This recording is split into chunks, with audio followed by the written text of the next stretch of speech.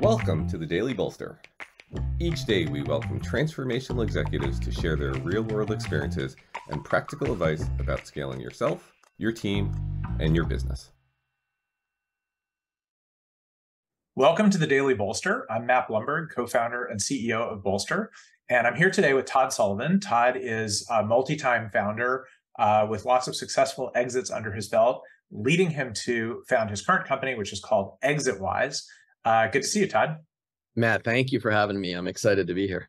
Yeah, so my first question to you is, what's ExitWise? Tell us a little bit more about it. It does sound like a business that everyone who listens to this podcast or watches it on YouTube should know about.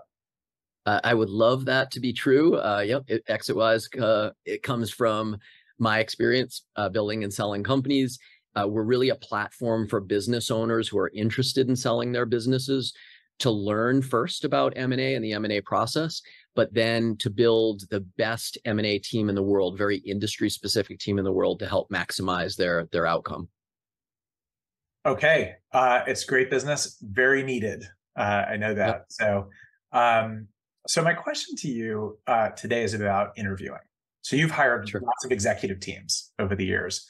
What are you looking for when you interview candidates for a senior executive role? Top one, top two. Yeah, boy. It's a great question.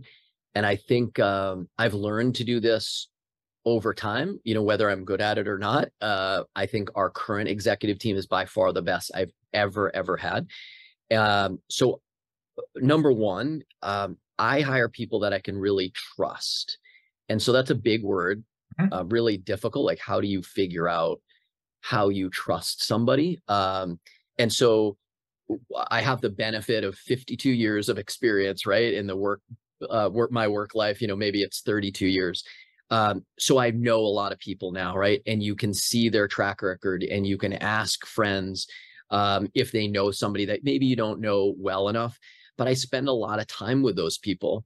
I actually write personal letters during that process, because this isn't going to be a weak process. If it's somebody on the executive team, I treat them like a partner, right? Somebody that is going to be in the trenches with you in really important moments.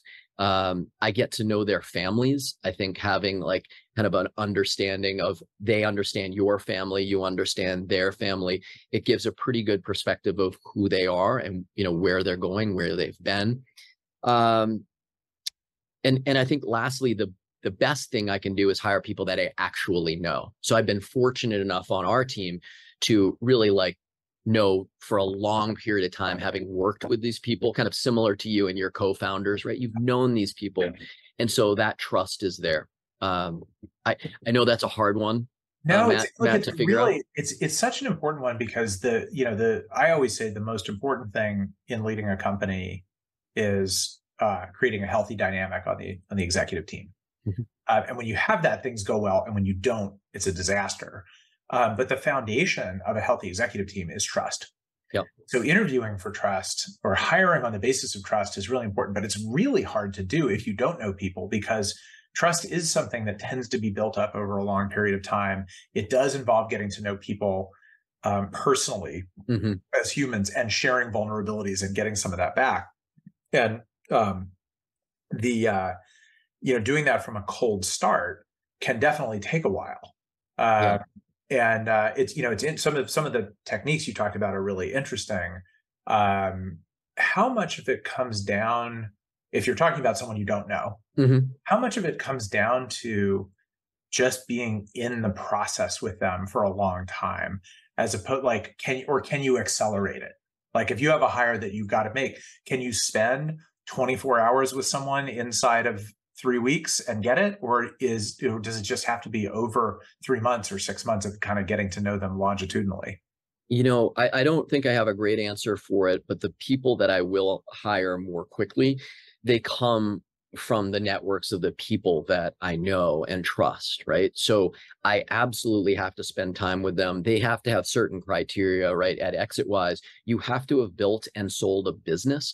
So And then the second part of that is having empathy for your fellow founders, because this is a really difficult process that you're going to go through. And I need to know that you are going to be there in a very empathetic way and handle the crazy that happens in that 11 o'clock p.m.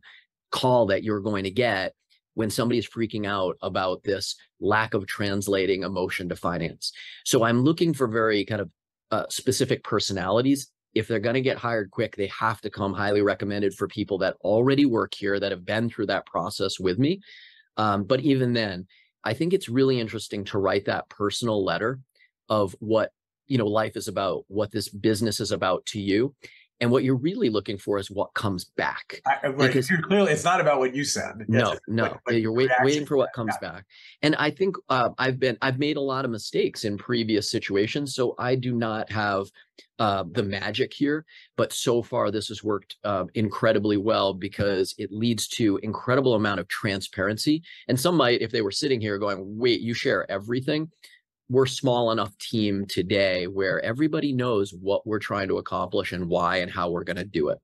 And I think that's critical, particularly as first hires. Sorry, I'm not giving more on, future hires, but that's where we are. It is a great technique and a great piece of advice. And one of the reasons I ask this question regularly on this show is to sort of build the pattern up over time.